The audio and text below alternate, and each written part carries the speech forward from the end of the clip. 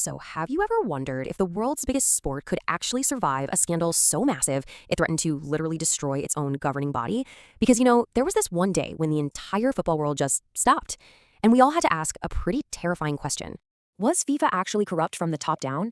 Well, what happened next triggered arrests, secret investigations, hidden payments, and just massive global outrage. It was a crisis so severe that some people legit believed FIFA itself might completely collapse. Guys, this is the story of the absolute darkest day in FIFA history. Chapter 1, the untouchable empire. And you know what the most shocking part of this whole thing is? The warning signs had actually been there for years. For millions of fans, FIFA represented the beautiful game. It was the organization behind the World Cup, the tournament that united nations, created legends, and inspired entire generations. To the public, FIFA looked completely untouchable. It was viewed as this immensely powerful entity.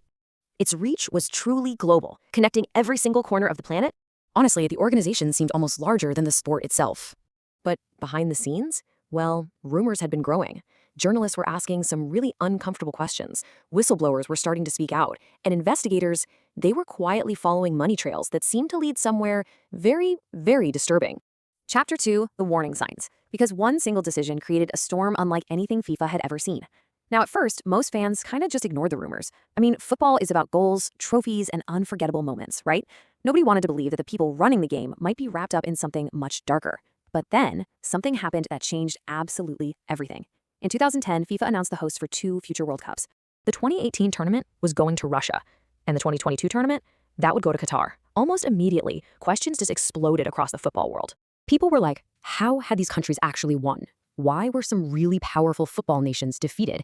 And why did so many insiders seem so uncomfortable whenever the voting process came up? The Qatar decision especially shocked a lot of observers. Think about it. The country was small, summer temperatures were extreme, and it had very little football history compared to its competitors. Yet, somehow, it had won the right to host the biggest sporting event on Earth. Critics were demanding answers, but FIFA? They just insisted everything was completely legitimate. And for a while, it just stayed a controversy. But then, investigators started uncovering something much, much bigger. Something that went way beyond just World Cup hosting rights. As financial records, emails, and witness testimonies started coming to light, a really disturbing picture emerged. This wasn't just about one questionable decision. No, this was about an entire culture of alleged corruption, and according to the investigators, this system had been operating for years. What nobody knew just yet, though, was that law enforcement agencies were gearing up for a move that would shock the entire world. Chapter 3, the Zurich arrests. On May 27, 2015, the football world changed forever. Guests staying at this luxury 5-star hotel in Zurich, Switzerland, woke up expecting just another ordinary FIFA meeting. Instead, they witnessed something completely unbelievable.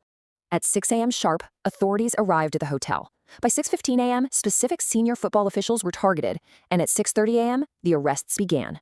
These crazy images started spreading across TV screens worldwide. For a lot of fans, it just felt impossible. The people who governed global football were suddenly being escorted away under criminal investigations.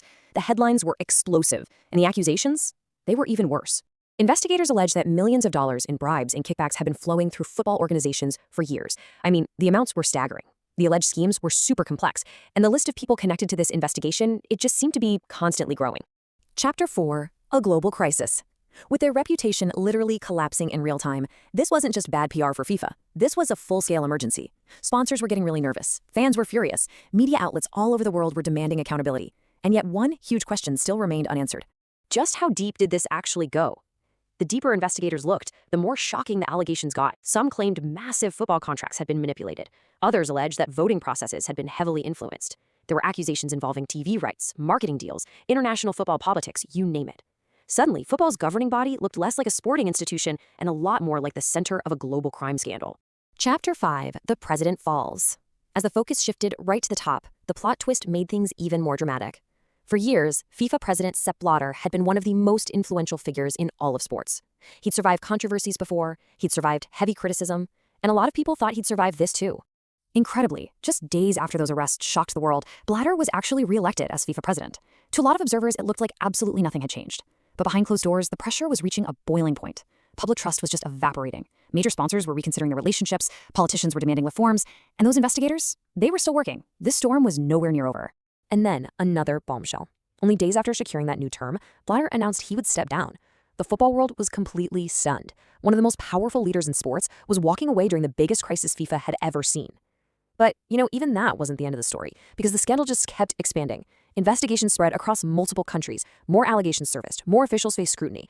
Every single time it seemed like the story was wrapping up, boom, another revelation dropped. Chapter 6: The Permanent Damage. Because as we all know, trust is much harder to restore. Fans who had spent their entire lives trusting football's institutions suddenly found themselves wondering, has the game I love been manipulated this whole time by people just chasing money and power? And honestly, that emotional damage was probably the most devastating consequence of all. Trophies can be replaced, officials can be removed, rules can be rewritten. But trust? That takes a long time to get back. As FIFA scrambled to rebuild its image, a bunch of reforms were announced. Governance structures changed, new transparency measures were introduced, and leadership transitions followed. The organization promised a brand new era. But a lot of fans remained pretty skeptical, because once a secret like that becomes visible, you can never really unsee it. Plus, there was another really uncomfortable reality here. This scandal exposed vulnerabilities that went way beyond FIFA.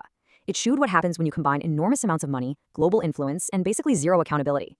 Football wasn't alone in this. A lot of major institutions throughout history have faced similar dangers. The FIFA crisis just became one of the most visible examples we've ever seen.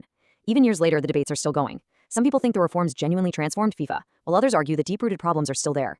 Some look at it as proof that corruption can infect even the most beloved organizations. Others see it as a reminder that absolutely no institution is above the law. But no matter where you stand on it, one fact is impossible to deny. That day in Zurich changed football forever. Seeing powerful officials facing arrest totally shattered the illusion that FIFA was untouchable. For millions of fans, it was the moment the curtain was pulled back, the moment the world's most popular sport had to confront its darkest chapter. And perhaps that's why this story still hits so hard today. Because at the end of the day, it isn't really about football. It's about power. It's about trust. It's about what happens when institutions get so big that people just stop questioning them. The darkest day in FIFA history wasn't just a scandal. It was a warning. A massive reminder that even organizations built around dreams, passion, and global unity can totally lose their way. So, the next time you watch a World Cup final surrounded by billions of viewers across the planet, I want you to remember this. The beautiful game survived. But for one unforgettable moment, the people running it almost convinced the world that it wouldn't.